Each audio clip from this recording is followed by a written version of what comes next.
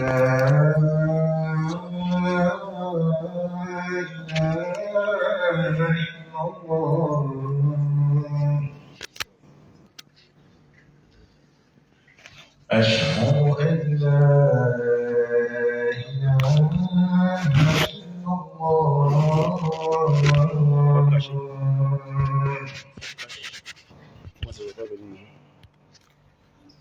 là, c'est pas celui. Ça, il descend. Lui, il descend. Pas celui.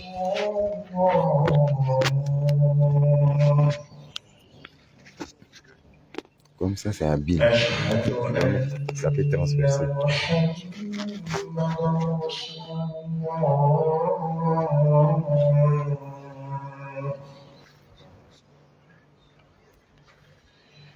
حي على الصلاة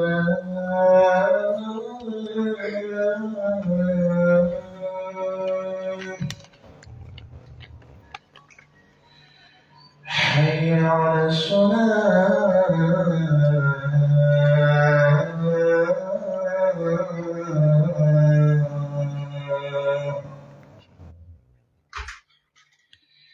حي على الفلاح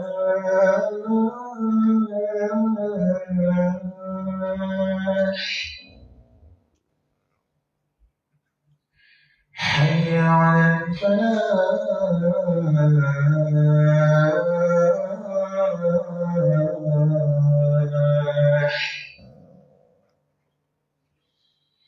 الله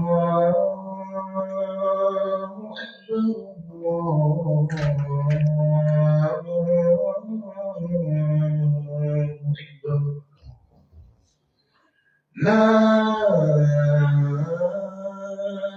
إله إلا الله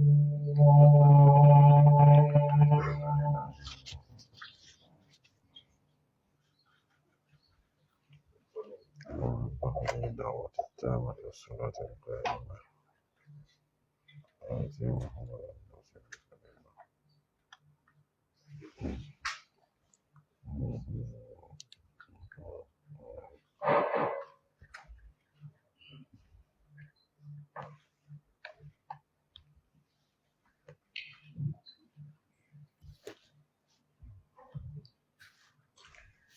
الحمد لله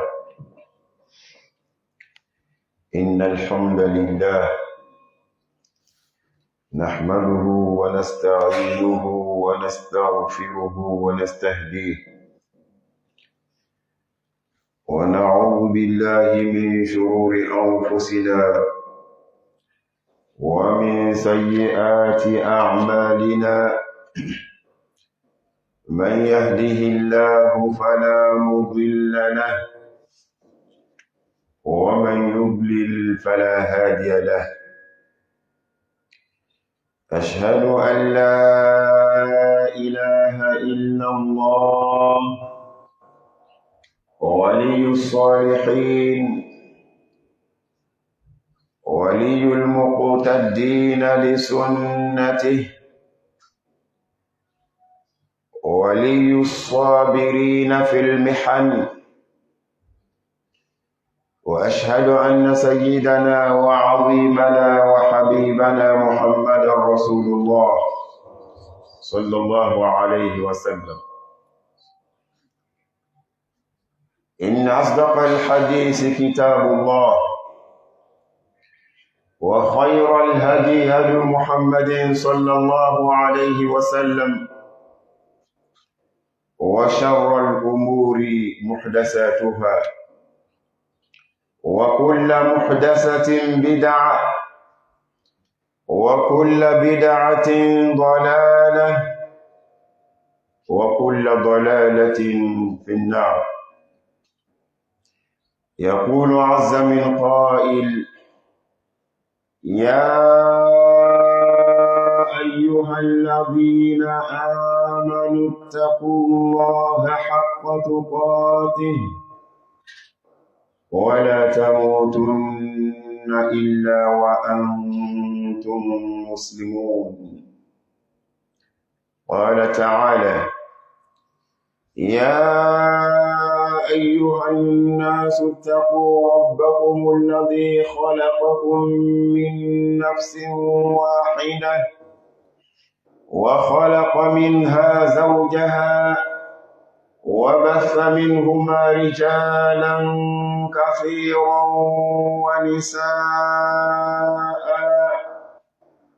واتقوا الله الذي تساءلون به والأرحام إن الله كان عليكم رقيبا. قال عز من قائل: يا أيها الذين آمنوا اتقوا الله وقولوا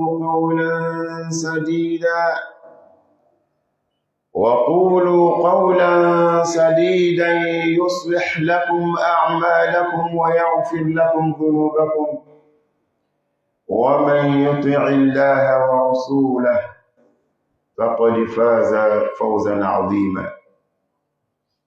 عباد الله، نحن في موقف الصبر والصابر، فاصبر وما صبرك إلا بالله. لما بعث الله محمدا رسولا ونبيا، من الوصايا الأولى التي أنزلها الله سبحانه وتعالى على نبيه محمد صلوات ربي وسلامه عليه: ولربك فاصبر. عباد الله، الصبر زينة المؤمن. الصبر خصلة من خصال الصابرين المؤمنين. فاعلموا أن الصبر دأب الأنبياء والمرسلين، وكذلك الصبر دأب العلماء والفقهاء والدعاة. فهيا بنا إلى ميدان المحن الذي حصل بأئمتنا، خصوصا أئمة السنة من أبي حنيفة رحمه الله سبحانه إلى الإمام أحمد بن حنبل، مرورا بمالك والشافعي. Alhamdulillah, nous remercions Allah qui nous a facilité ce Juma. Fidèles musulmans, après la louange à Allah et le salut éternel sur le sceau du prophète, le prophète Muhammad, salawatu rabbi wa salamuhu alayhi, et sur sa noble famille et ses compagnons, ceux-là même qui le suivaient et qui l'ont suivi pieusement jusqu'au jour de la résurrection, fidèles musulmans. Qu'Allah nous compte parmi ceux-là. En résumé, fidèles musulmans, nous sommes dans un sermon intitulé « Endurer l'épreuve difficile ». Mais nous allons vous étaler l'exemple des grands imams qui ont enduré l'épreuve difficile. Pourquoi on les choisit? On les choisit parce que ceux-là sont des exemples pour nous.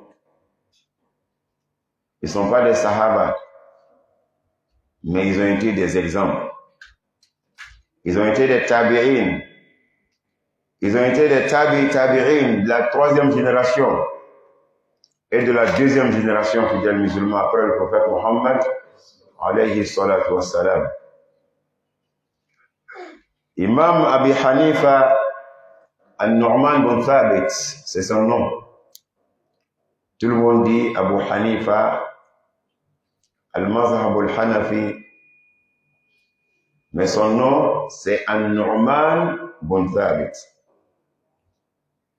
Ça c'est le nom d'Abu Hanifa. Le deuxième imam, Al-Imam Malik, ça c'est son nom, Malik bin Anas. Le troisième imam de la Sunna, ils ont été dénommés les imams de la Sunna, Al-Imam Al-Shafi'i. Lui c'est, son nom, il s'appelle Idriss. Idriss Al-Shafi'i, mais tout le monde dit Al-Imam Al-Shafi'i. Et le dernier imam de ces quatre-là, c'est Imam Hanbali. Mohammed bin Ahmad Al-Hanbali. Fidèles musulmans, pourquoi on choisit ces quatre-là? Parce que aujourd'hui où nous sommes fidèles musulmans, tu ne peux en aucun cas pratiquer l'islam sans suivre la manière de la compréhension de l'un de ces quatre. Allahu Akbar. Ça c'est un miracle d'Allah. Au monde aujourd'hui, hormis les chiites, et ils sont à l'écart de l'islam, voilà. Parce qu'ils disent qu'ils ont les mazhab qui s'appellent Ja'fari. Or, en réalité, c'est faux. Parce que Ja'far ibn Muhammad était au temps de Imam Abi Hanifa. Et ils étaient de même génération.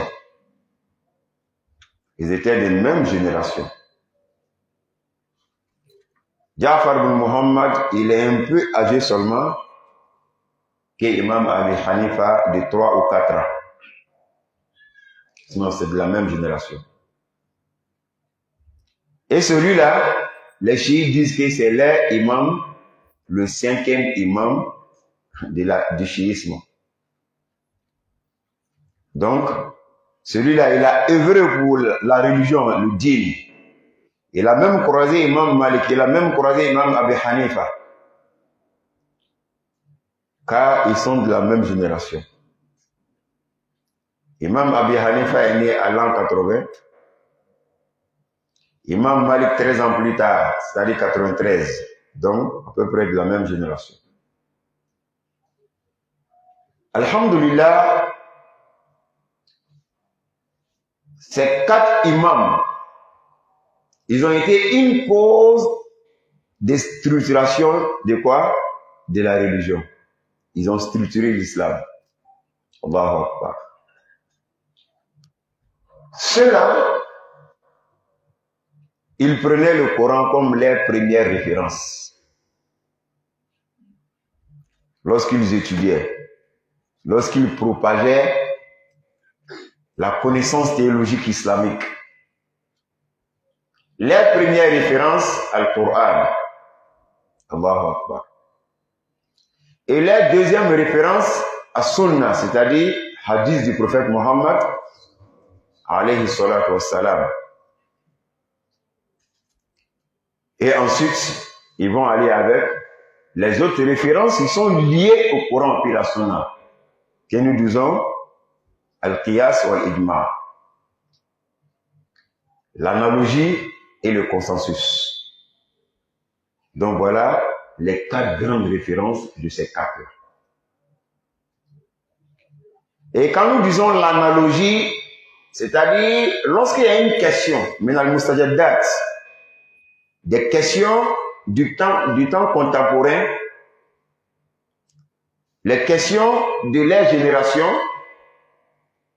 dont ces questions-là n'ont pas été au temps du prophète, ni au temps des Sahaba. Comment s'en sortir? Donc, il faisait une analogie, que nous disons al-Qiyas. Ça veut dire quoi?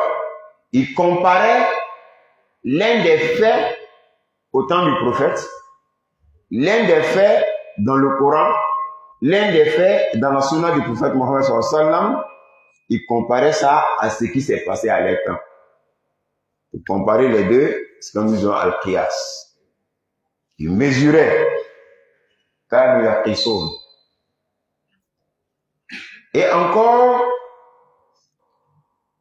lorsqu'il y avait une question qu'ils ne trouvent pas peut-être dans le Coran ou la Sunna, ils n'ont pas pu faire une analogie et regarder quel est le consensus. C'est-à-dire l'unanimité des savants. Qu'est-ce que les savants ont dit sur ça? Donc ils se basaient beaucoup sur tout ça. Donc ils étaient des gens qui ont mémorisé d'abord le Coran. Ils ont mémorisé beaucoup d'hadiths. Ils ont maîtrisé la langue arabe, que nous disons la littérature arabe, al-lugha al-arabiyya, bi usuliha thalathata ashar, avec tous les fondements de la langue arabe. Nahwan wa sarfan, balaghatan, bayanan, wa ma'anin wa badi'a, insha'an wa shi'ran, wa arudan, wa mutala'atan. C'est-à-dire, tout ce qui est la langue arabe, vous avez maîtrisé. Parce que tu ne peux pas prétendre dire que je maîtrise le Coran et puis tu ne maîtrises pas la langue arabe. Ce n'est pas possible. J'ai vu quelqu'un, il s'est apostasié, que lui, il est naturaliste. Il dit que lui, il est naturaliste, que l'islam n'est pas vrai. Or, il fut un imam. Il a dirigé mosquée. Il y a des fidèles qui se reconnaissaient en lui. Mais, lors de ses développements, il dit, comme je maîtrise le Coran, voilà pourquoi je prends mes exemples dans le Coran qui n'est pas vrai. Allahu Akbar. Et j'ai appris que lui-même il a mémorisé le Coran. Je ne sais pas si c'est toujours le même cas. Fidèle musulman, il joue avec le Coran, il dit il maîtrise le Coran. Allahu Akbar. Kala Mouzet. Fidèle musulman, il faut maîtriser la langue arabe avant de dire que tu maîtrises le Coran. Il faut maîtriser la jurisprudence islamique, que nous disons le droit. Al-fiqh al-islam, al-sharia. Il faut maîtriser ça aussi. Et ilm al-kalam, il faut maîtriser ça aussi, fidèle musulman. C'est-à-dire, il y a des disciplines, jusqu'à 45 disciplines. Il faut maîtriser ça. Donc, les 4 là, ils ont maîtrisé ça d'abord. Et pourquoi on t'appelle al-mujtahid, c'est-à-dire, lui qui fait son effort pour instruire les gens, al-mujtahid, il faut maîtriser tout ça d'abord. Ceux-là, ils ont maîtrisé ça déjà. Parce que depuis à leur bas âge, le Coran, c'était facultatif. C'est-à-dire, le Coran était élémentaire. Ils avaient déjà maîtrisé, mémorisé tout le Coran depuis les bas âges.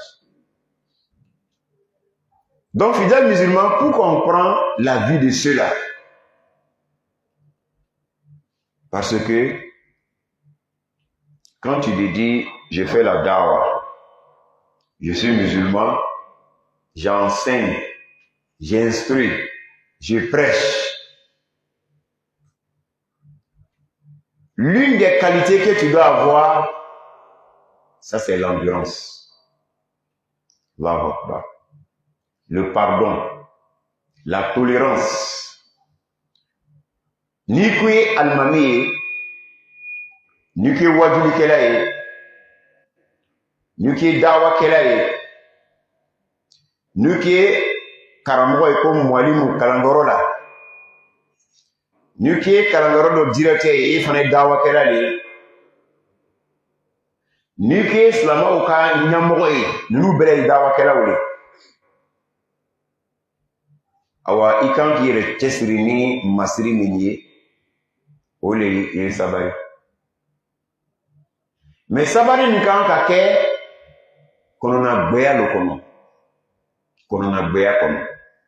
C'est-à-dire, tu dois avoir l'endurance et le pardon en toi, mais il faut que ça soit dans une sincérité vérité. Dans une sincérité de vérité. Dans une sincérité pure. Dans une sincérité qui s'est rabattue sur le Coran et la sunna du prophète Mohammed, alayhi salatu wassalam. Donc, nous mourons nani au beau le yirala mu kamola. Au beau le yirala wajulu kela wala. Au beau le yirala dawa kela wala. Au beau le yirala mogo naka alaka dirikido takabdo. Au kore di kaslamaya dirikido takabdo ayrela. Ikala kozir nyamogo bayo. Ikala amsi nyamogo bayo. Ikala kodis nyamogo bayo. Ikala dinaton nyamogo ye. Kafara limamu ni wajulu kala kan.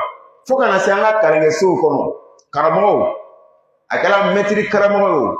Akala Qur'an karamogo. Ana direte yo alu bega wa kala li. Na sabi Qur'an dewu le kalana. Allah Ta'ala abala jarabi. Okoson alakra Muhammad alayhi salatu wassalam.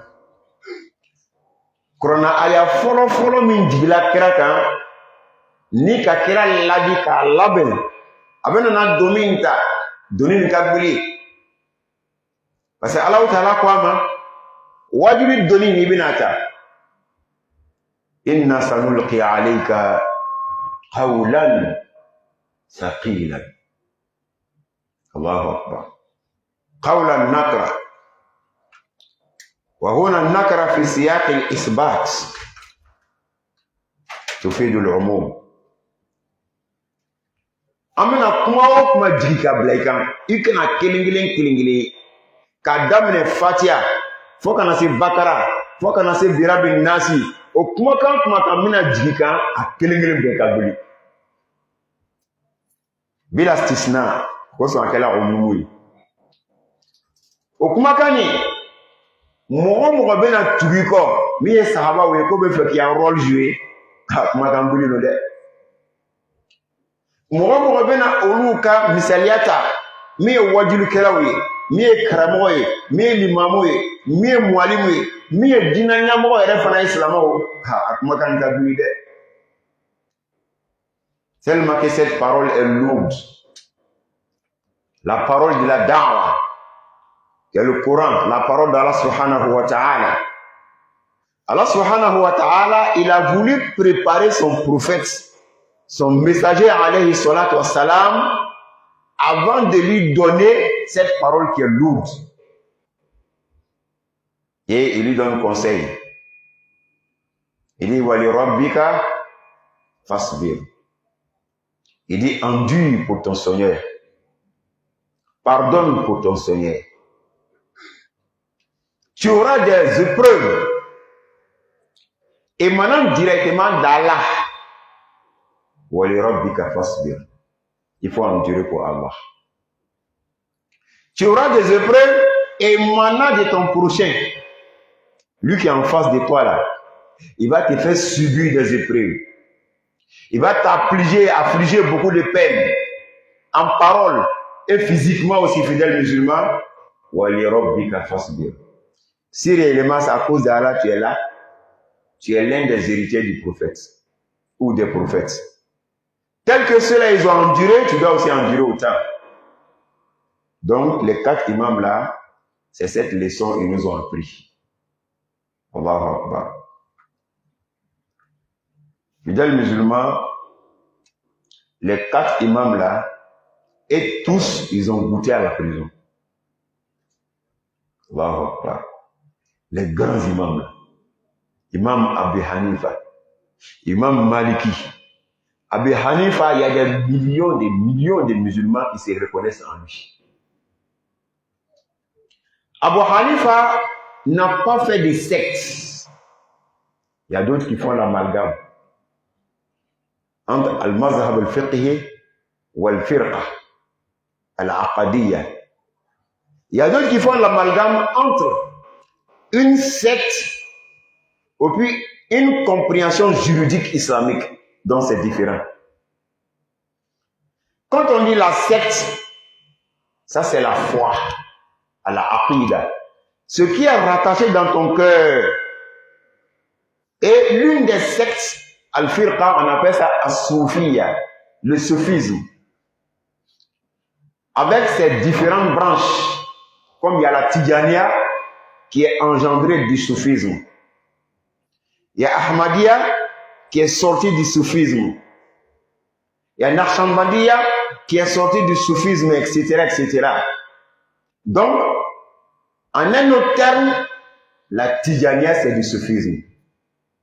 Mais quand tu dis ça aujourd'hui, les Tijani te font par là, que nous n'est pas soufis. Ils ne connaissent pas. Qu'Allah nous aide. Qu'Allah nous facilite la compréhension des dîmes. Comme la Shia, le chiisme, c'est une secte. Ils ont une foi qui est rattachée à quelque chose. Ça, c'est à l'imam. Est-ce que vous voyez? Les 12 imams chez eux, si tu es musulman et que tu ne crois pas à ce qu'ils disent, toi, tu es mécréant. C'est ça qu'on dit aqidah. Chez le soufi, lorsque tu ne crois pas à la haqiqa, hunaka sharia wa hunaka al-haqiqa. On dit le rationnel. Tant que tu ne crois pas à ça, toi, il ne te considère pas. Il y a une science que tout le monde connaît. Mais au-delà de cette science, il y a une autre science que tout le monde ne connaît pas. Et cette science que tout le monde ne connaît pas émane de qui? Allah. Ils appellent ça al-ilm laduni. C'est-à-dire une science émanant d'Allah. Même si tu as ton doctorat, tu es grand imam, tu as mémorisé tout le Coran, tu connais toutes les disciplines de la langue arabe, c'est-à-dire de la connaissance islamique, et nous disons les imams Abu Hanifa, Malik, qui ont maîtrisé, tant que tu n'as pas l'autre science là, que nous disons haqiqa, tu ne peux pas être vraiment véritable musulman. Voilà pourquoi ce vous avez entendu ici en Côte d'Ivoire, un guide qui dit que vous les Tijani là, tout le monde est musulman, mais vous êtes au-dessus des musulmans. Donc, faites attention. Au-dessus là, c'est ça là, il me dit. Tout le monde connaît l'islam, tout le monde connaît le Coran, mais au-delà de ça, il y a une connaissance là. C'est dans l'inspiration, c'est dans les invocations, c'est dans les méditations que Allah peut te faire descendre ça dans ta mémoire, etc., etc. Comme nous ne sommes pas dans la leçon de Aqidah. Mais les quatre là, fidèles musulmans, ils ne sont pas venus avec al-firqa, mais ils sont venus avec mazhab. Mazhab veut dire quoi? Le rite. Je vais vous donner un exemple. Un jour, le prophète Mohammed alayhi salatu wa salam, il venait d'une guerre sainte pour rentrer à Médine. Pour rentrer à Médine. Ça même, c'était au temps du prophète. Imaginons maintenant après le prophète. Lorsqu'il rentrait à Médine, le prophète dit, parce que généralement le prophète, il se mettait toujours derrière la troupe. Il ne se mettait pas devant. Lorsqu'il rentrait, il se mettait toujours derrière pour soutenir les faibles, pour soutenir ceux qui sont malades. Lui qui est le prophète. Il ne se mettait pas devant pour aller s'asseoir à Médine, et puis le reste des troupes va le trouver là-bas, là. Donc le prophète, il a dit, la yusalliyanna ahadukum al-asra illa fi bani Qurayza. Il dit, bon, vous allez me devancer, mais ne faites pas la prière de 16 heures asr, tant que vous n'arrivez pas à la tribu Qurayza qui se trouve à Médine. Ils ont compris, ils ont pris le chemin. Ils se sont séparés du prophète Mohammed alayhi salatu wa salam. En route, ils ne sont pas encore arrivés. Il est l'heure de la prière de Asr, la prière de 16 heures. Or, c'est le prophète qui a dit, il ne faut pas que quelqu'un ne fasse sa prière de 16 heures tant qu'il n'est pas arrivé à Médine. Or, ils ne sont pas encore arrivés à Médine. Or, il est l'heure de la prière de 16 heures. Comment il faut faire? C'est ça on dit, al-mazhab, compréhension. Il y a un groupe de Sahaba qui dit, comme c'est Allah même qui dit wa aqimi salata inna salata kanat ala al-mu'minina kitaban mawquta. Accomplir la salat, car la salat est une obligation aux croyants à des heures précises et déterminées. Et l'heure là, on connaît l'heure de la prière des Asr. Donc on va prier.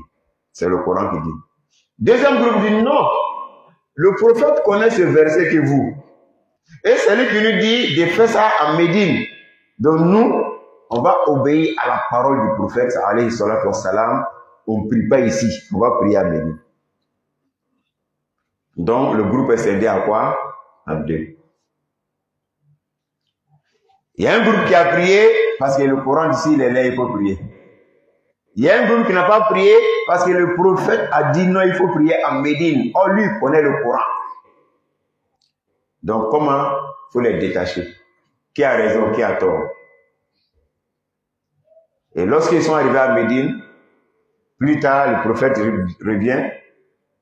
Tout le monde va vers le prophète à ce qu'il tranche. L'autre a dit, le prophète a écouté tout. Maintenant, qui a raison? Et c'est que tout le monde a déjà pris sa position. Il y a d'autres qui diront ici, ceux qui ont prié à l'air, parce que c'est le Coran qui a dit. Il y a d'autres qui ont dit non, c'est vrai, le Coran a dit, mais le prophète ne peut pas désobéir le Coran pour dire à ceux-là de ne pas prier ici, de prier à Médine. Donc si il dit de prier à Médine, c'est Allah qui lui donne l'inspiration. Car il ne parle jamais sur l'effet de la passion.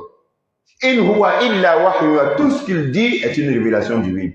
Donc Allah, c'est Allah qui lui dit, dis-les de prier de l'autre côté. Donc les deux, en quelque sorte, c'est Allah qui dit.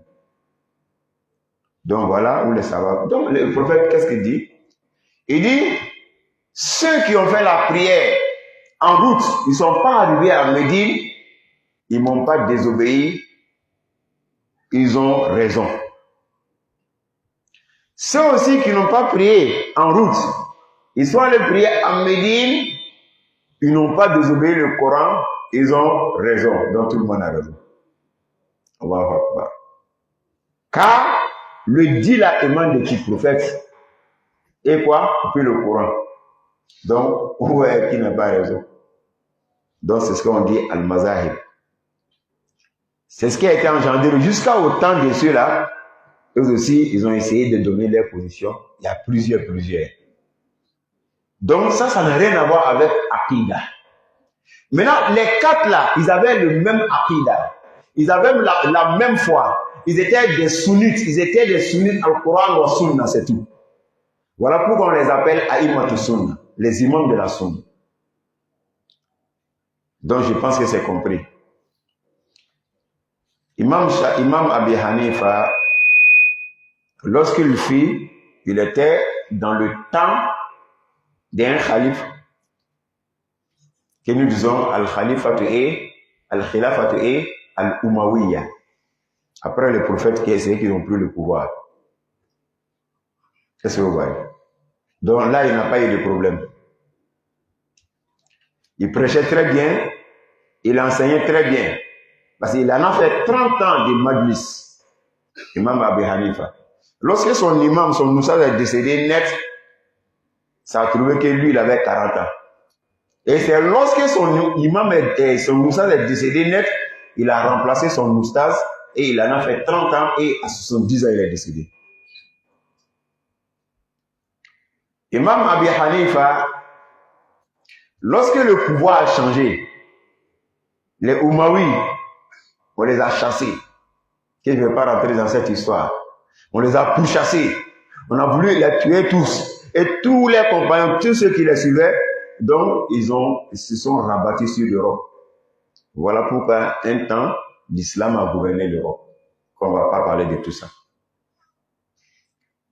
Ad-Dawla al-Umayyya Saniya fi Europa. Durant 5 siècles, en tenant de colon. Et c'est là les épreuves difficiles de l'imam Abi Hanifa ont commencé. Le pouvoir qui est venu dit que tous ceux qui étaient au temps de l'autre pouvoir, ils peuvent être nos ennemis. Et c'est là qu'ils ont commencé à faire la chasse à l'homme, comme aujourd'hui nous disons en politique. Quand un pouvoir qui vient, l'autre là, on sait qu'ils étaient opposants. Quand ils viennent au pouvoir, maintenant, qu'est-ce qu'ils font? Ils remplacent tous les autres là. Et puis, ils maîtrisent le terrain. Et ceux qui sont contre eux un peu souvent il y a des tracasseries entre eux. Souvent, il y a la prison qui est là. Souvent, il y a l'exil qui est là, etc. etc. Souvent, même, il y a d'autres, même c'est l'escadron et ils maîtrisent, et puis ils tuent l'homme au bébé. Donc, le pouvoir abbasi est venu détruire le pouvoir omawi. Or, Imam Abi Hanifa prospérait au temps des Umayyades sans problème. Il va qu'à ses occupations, il prêche, il dit tout ce qui est vérité dans le Coran et la Sunna, il n'y a pas d'entrave, il n'y a pas de censure, il n'y a pas de blocage. Et c'est lorsque le nouveau pouvoir est venu, le nouveau pouvoir, il y a eu des rumeurs qui disent que les opposants là, parmi eux, il y a Imam Abi Hanifa. Parce qu'il y a d'autres qui ont fait la révolution, l'opposition. Ils ne voulaient pas le nouveau pouvoir. Donc, on les pourchassait, souvent on les tuait, souvent on les emprisonnait. C'est là qu'ils ont été voir Imam Abi Hanifa par des rumeurs qu'il a soutenu les opposants contre le nouveau pouvoir. Voilà pourquoi il a été en prison. Je me souviens Boloma. Ok, Imam Abi Hanifa Mnekado Kasola Choramna Adolegi. Après les plaidoiries, les échanges, ils l'ont libéré. Les ennemis d'Abi Hanifa ont dit partout que celui-là qui a été libéré. Or, en réalité, c'est l'un des éléments les plus fondamentaux de cette rébellion-là, de cette opposition-là. Donc, au Rima Onana, ils l'ont repris encore. Mais pour le reprendre, première fois pour le mettre en prison, on dit, on va voir s'il va soutenir notre nouveau pouvoir. Donc, on va lui proposer une fonction. C'est Al-Khaba. On va lui proposer une fonction. Il va devenir quoi? Comme juge, comme il a une connaissance. Or, l'ancien pouvoir là, au moment où ils l'ont proposé, il a refusé. Il dit que lui ne veut pas une fonction de dunya. Il est venu pour enseigner l'islam. Il est venu pour être sincère. Et lorsque tu es sous un pouvoir, tu dépends d'eux. Et tout ce que tu dis là, ça dépend de ce qu'ils te disent. Car c'est eux qui te mettent dans les bains. Donc si lui, il accepte d'être le juge d'un pouvoir, c'est comme il accepte de laisser ce qu'Allah lui dit de dire. Il est resté sur cette position depuis Umawi. Abbasi aussi, même chose. Mais ils ont dit non. S'ils voient que tu refuses d'être juge de l'islam, parce que tu es contre notre pouvoir.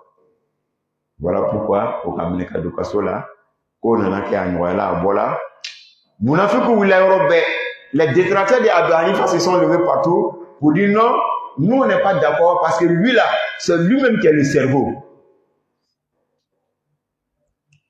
Pour finir, le gouverneur de Bagdad a demandé à ce qu'on le met aux arrêts encore. On lui fasse venir à Bagdad, mais il était à Koufa, il est né à Koufa. Mais il est mort à Bagdad, en prison. Et quand ils l'ont fait venir, ils lui ont proposé encore une fonction encore, la même fonction, il a dit non, je reste plus ma position. Je ne vais pas donner à au Karamo Kachabide. Au Karamo Kachabide. Karamo min, mairie de ba ale bolo, ale ka poche kono wari le o mairie lié. Ah. Karamo dobe, juge de le ba ale bolo, ale ka na le mako fon fona, o juge ne ba ale ka poche kono wari. Karamo dobe, ministre de le ba ale bolo, ale noronbo la ka yere koko. Faut que tu sais qui je suis, tu sais avec qui je marche. Subhanallah. Allah en demi. Allah en tenant. Abu Hanifa bana. A bana position bema, bana fonction bema. A quoi le meto à table de Cyril Konoli? Abe jamio kono c'est-à-dire Juma Misri kono avec Moko Kalaï. Faut que tu ailles ça. Allez tes positions, à tes places. A te nyamoya ko. A te ke moshi a juger. sabu ale nyabe khalifa ala bitura minan khalifa ma kelen tuguni donc ni be khalifa do ya juge khalifa ka miria ebo le fo mo yene khalifa ka décision ebo le fo mo yene khalifa ka position ebo le fo mo yene oni ala ka position tikili au sein au dimina ils l'ont jeté en prison une seconde fois. Chaque fois on le faisait sortir de la prison pour le mettre à la place publique afin de le quoi? De le fouetter. Imam Abi Hanifa, au bas Chini Bissan. Car Chini Bissan, jusqu'à un des prisonniers a témoigné, lorsqu'on les frappait, puis on les châtiait, كان يقول اللهم اغفر لهم فإنهم لا يعلمون. Ah, Imam Abi Hanifa, Allah, pour les pardonner, il ne sait pas ce qu'il faut. Il avait déjà vieilli. Il était autour de 70 ans déjà. Donc, il était affaibli physiquement aussi. Imam Abi Hanifa est resté en prison pour la seconde fois jusqu'à ce qu'il a rendu l'âme. À cause de quoi? À cause des dîmes. À cause de quoi? À cause de la da'wa. Les mêmes khalifs là qui ont emprisonné Abu Hanifa, ils ont entendu aussi que Imam Malik à Médine, parce que lui il est né à Médine, grandi à Médine, il est décédé à Médine. Lui il est né à l'an 93. Est-ce que vous voyez? Il est décédé à l'an 179. Donc lui il en a fait presque 86 ans. Imam Maliki, rahimahullah, ils ont appris que lui aussi il est contre les pouvoirs. Ça c'est les rumeurs. Donc ils ont envoyé une délégation de quoi? De Bagdad aller à Médine. Parce que Khalifa là, il dirigeait tout ça à l'époque.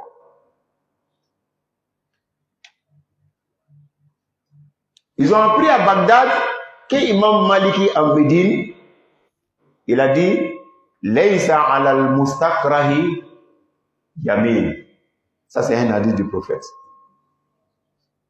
Il dit l'allégeance, prêter allégeance à un roi, prêter allégeance à un calife, prêter allégeance à un guide, à une autorité. Vous dites je suis avec toi, je te soutiens jusqu'à la mort. On appelle ça allégeance al-yamin.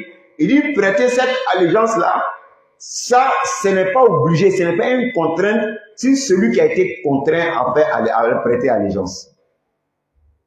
Je vois ce que vous voyez.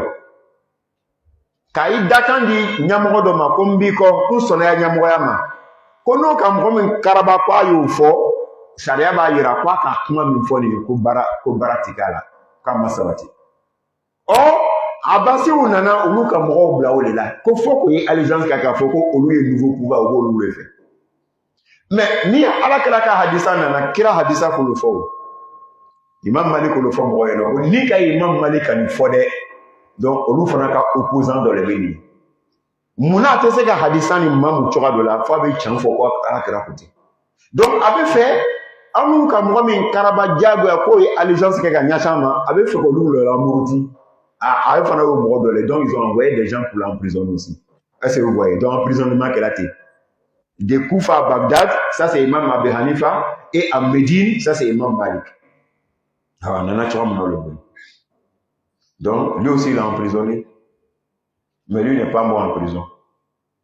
Il avait déjà vieilli. Pour lui-même, ils l'ont châtié, ils l'ont chicoté, ils l'ont frappé, jusqu'à ce que son épaule soit penchée. Imam Malik. À Kerekelen Djengena, faut qu'à Wati Djanke, il n'avait pas la mobilité de son épaule. Il a fait un temps, il n'arrivait même pas à faire bouger son épaule. Mais les séquelles sont restées. Imam Malik, le jour de son décès, il était penché.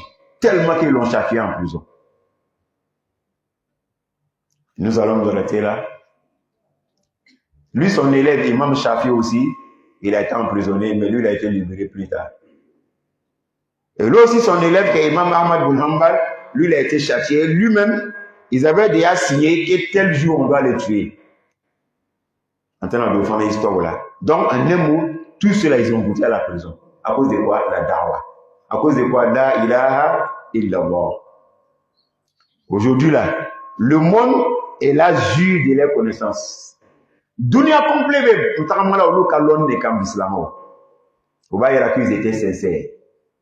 fɛn fɛn k'o sɔrɔ o sabara jɔn ko sɔrɔ Allah voilà pourquoi bi dunia complet alhamdulillah ni taara Maka Ahmad bin Hanbal b'olu ka faamuya b'olu bolo ni nana Afrique de l'Ouest ani Afrique noire i b'a ye Maliki fana bɛ gouverner an bɛ gouverner la yɔrɔ la ni nana se fɔ peut-être Indonésie Malaisie Pakistan ni fɛnw Abu Hanifa fana ale b'o yɔrɔ la yen ni nana se peut-être souvent en chose en Égypte i b'a ye Imam Shafi'i ale bɛ réel la yen dɔɔnin donc c'est à dire dunia tilanna mɔgɔ 4 de la tɔni fitini min tora ni 15-20% min kɛ arrête 20% olu ye siya mɔgɔw ye olu sen t'a la silamɛw k'an dɛmɛ ala mɔkɛ la k'an lamɛnkow ɲɛ ala mɔkɛ la ninnu ka sabari min sɔrɔ ka sabari ɲɔgɔn di an ma ala mɔkɛ la sallallahu ala nabiyina Muhammad wa ala alihi wa sahbihi wa sallama tasliman kasira.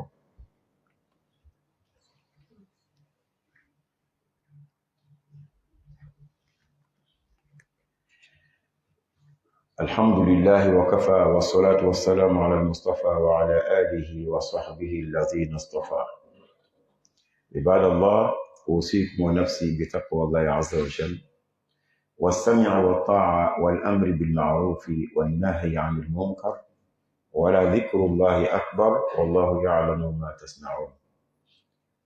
Donc maintenant l'ajli kaminta kanka kumakan dafa uli ala kamin fo ka ko na bakono ani kira fana ko min fo alayhi salatu wassalam anga min be fo ayi sala ni don donc nan sala la ni bebe no si on a la crainte véritable Allah va nous faciliter tout ça donc Allah nous facilite la crainte véritable qu'Allah fasse que nous soyons parmi les vertus qu'Allah nous facilite la compréhension véritable de Dieu et la mise en pratique de cette compréhension qu'Allah ait pitié de tous nos morts Allah hin tamo bela Allah ujiro nye Allah ukaburu nyema Allah hamna ko na ngamna ko noa Allah jamana noa alhamdulillah ambe islama befo kono ça faisait 3 jours ambe fundina alhamdulillah wa anga mobilisation ke bada l'isha anga wata ngoro an kilometre kemeso c'était pour la climatisation.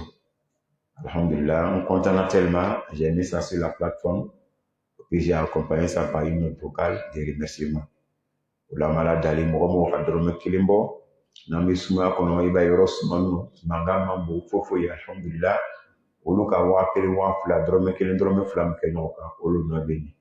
Malade d'aller, Oka Missili Suma, Kangolo Suma Tramna, Oka Kaburu Sumate Alamuke. Kungo bola hamna ko bola na bana ka suma fana alamo